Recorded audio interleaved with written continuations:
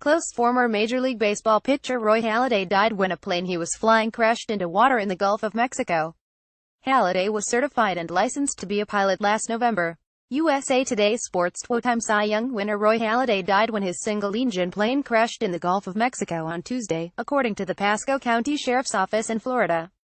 He was 40 years old. Halladay was the lone known occupant, and 3 Mayday calls were made to air traffic control, Pasco County Sheriff Chris Noco told reporters at a news conference. The Pasco Sheriff's Office Marine Unit responded to a call at noon ET that a single-engine, light sport category aircraft had crashed.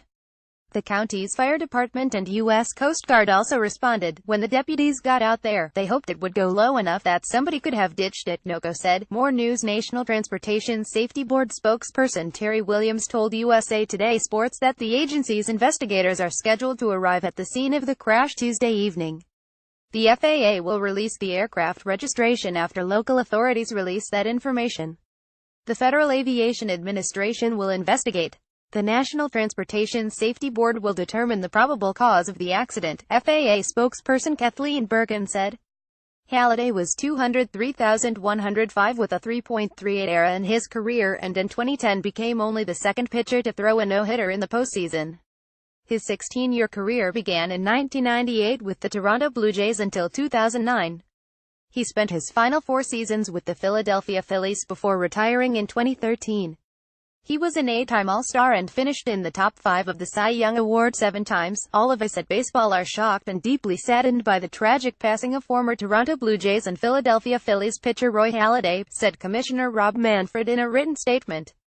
A well-respected figure throughout the game, Roy was a fierce competitor during his 16-year career, which included 8 All-Star selections, 2 Cy Young Awards, a perfect game and a postseason no-hitter, said Tony Clark, MLB Players Union chief. Our hearts are broken.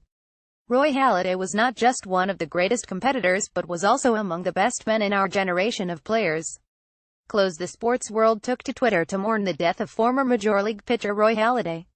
USA Today Sports. On May 29, 2010, Halladay pitched the 20th perfect game in baseball history, beating the then Florida Marlins 10. Less than 5 months later, on October 6, 2010, he threw the second no-hitter in postseason history against the Cincinnati Reds in Game 1 of the 2010 National League Division Series.